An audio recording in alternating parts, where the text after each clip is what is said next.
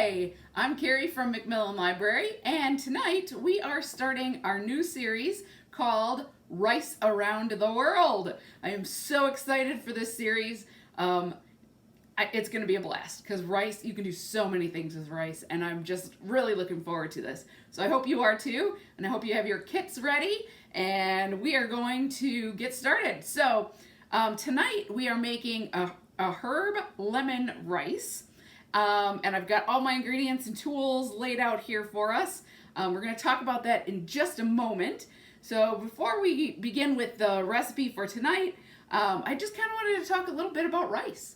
So rice is a worldwide food. It is a staple food for over half the world's population. So people all over in all kinds of countries eat rice. They eat different types of rice, they cook it in different ways, but there are a lot of people in this world who eat rice very regularly. So that's why I chose rice, because you can do so many different things with it.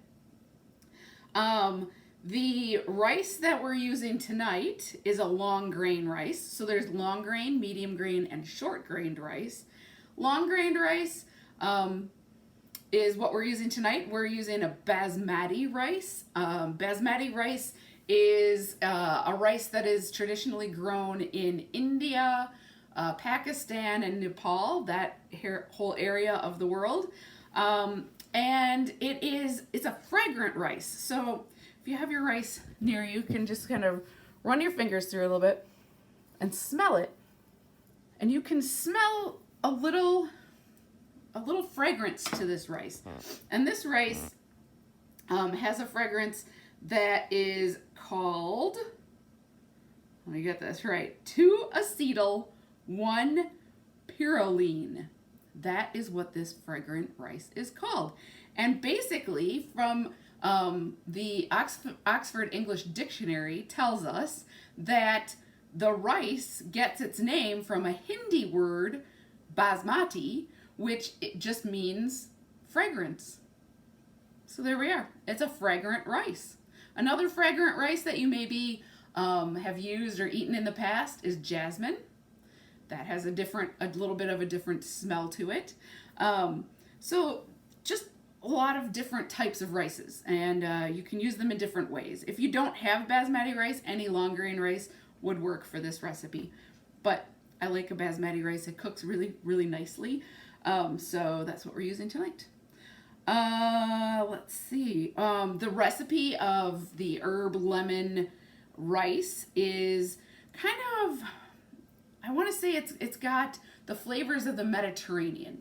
So flavors that go well with Greek food, Moroccan food, Italian food, that lemon and oregano and basil flavors that are used in a lot of cooking from that area of the world.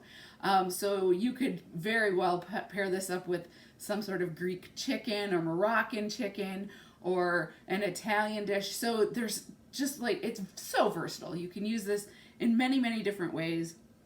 I really hope that you enjoy this as much as I do. So we're going to go over the ingredients and the equipment now that we're going to be using. So in your kit, you should have a 1 cup bag of basmati rice. So that's what we have here. We also have some stock. So I put chicken stock into your kits. I'm going to use 1.5 cups. It does say 2 cups in the recipe. If you want to use the 2 cups, absolutely fine. I like my rice a little drier, so I find that when I make basmati rice, 1.5 cups is all I need. So I've got a chicken stock here. If you have a preference and you want to have vegetable stock instead, or if you want to just use water, please do whatever makes you happy with that. We also have a lemon. That should be included in your kit as well. And because we're going to be using some of the outside of this lemon, I did make sure I washed it beforehand. We have a teaspoon of dried basil and a teaspoon of oregano. And they kind of look a little similar. If you can see, the oregano looks a little more green. It's maybe hard to see on camera. The oregano is a little more green. The basil is a little darker. And the difference, you can really smell the difference between the two. So with the basil, I encourage you to pick up your basil, kind of give it a little stir to get the aromatics going a little bit, and give it a little smell. Okay, let's smell the basil. Now let's do the same thing with the oregano. Just kind of get that stirred up a little bit. Okay, so to me, basil is a spicier kind of smell to it, and the oregano has more of a floral kind of smell, a real fresh smell. So that's kind of the difference between those two. We also have a 1/4 teaspoon of salt and a tablespoon of olive oil. So the recipe does say to use coconut oil, and I know a lot of people don't have coconut oil, including myself. So because this is kind of a Mediterranean style dish, I'm using olive oil. You could use butter, kind of whatever oil you have. That's just absolutely fine. We are also going to be using a few tools. So we're going to rinse our rice. Rice is very starchy. So in order for the rice to not stick together once it's cooked, it helps to remove some of that starch. So we're going to do that by rinsing it. So I've got a sieve. I'm going to rinse my rice in. I also have a microplane. This is what I'm going to use to zest the lemon. And I also have a lemon juicer. And I just happen to have one. We're not juicing a ton of lemons, so if you don't have one, no worries. You can just use your hand to squeeze it. Not a problem. And a knife to cut the lemon. And that is it. The pot that we have is a pot that's big enough to hold everything. And it also has a tight-fitting lid because we will be cooking the rice with the lid on. All right, let's begin. So we're going to begin by rinsing the rice. So I'm going to pour the rice into the sieve. And I'm going to take that over to the sink. And I just want to kind of swirl that around a little bit just to get the starch off of the outside of the rice. We're going to put that right into our pan. Make sure you get it all in there. All right. Basically, it's just adding the rest. So we're going to, actually, we're just going to zest about half of this. And when you zest your lemon, you want to try and get only the yellow part of your lemon. Because the white part underneath, it's called the pith of the lemon. So the outside yellow part is the zest. That's what we want. The underneath white part, see this part? The white part of the lemon, that is the pith of the lemon. And lemon pith is very bitter. So it's not very tasty. You may want to have it for some recipes, although I've never seen one that has lemon pith used. But we're just going to zest it. And it says to zest a half of a lemon, but this is a fairly small lemon. And I really like my lemon flavor, so we're going to just put the whole thing in, more or less. I just keep turning it, do a couple of passes, and then turn it. So we have most of the zest off of our lemon. Just gonna tap that on there to get the rest off. And we're going to, we may as well squeeze the lemon before we get anything else going here. So we need the juice of only half the lemon. I'm not going to put the whole lemon in there. That would be a little much. So I've got my bowl here. And the lemon juice we're going to add after cooking. So I'm just getting it ready.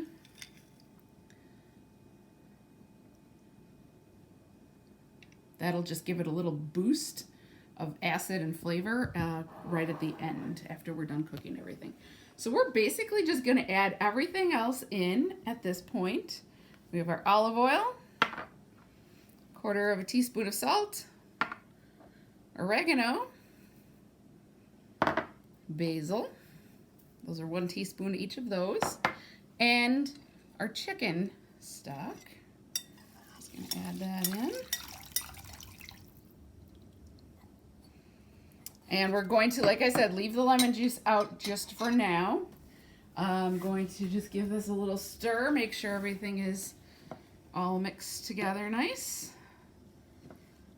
And then we're going to get this onto our stove.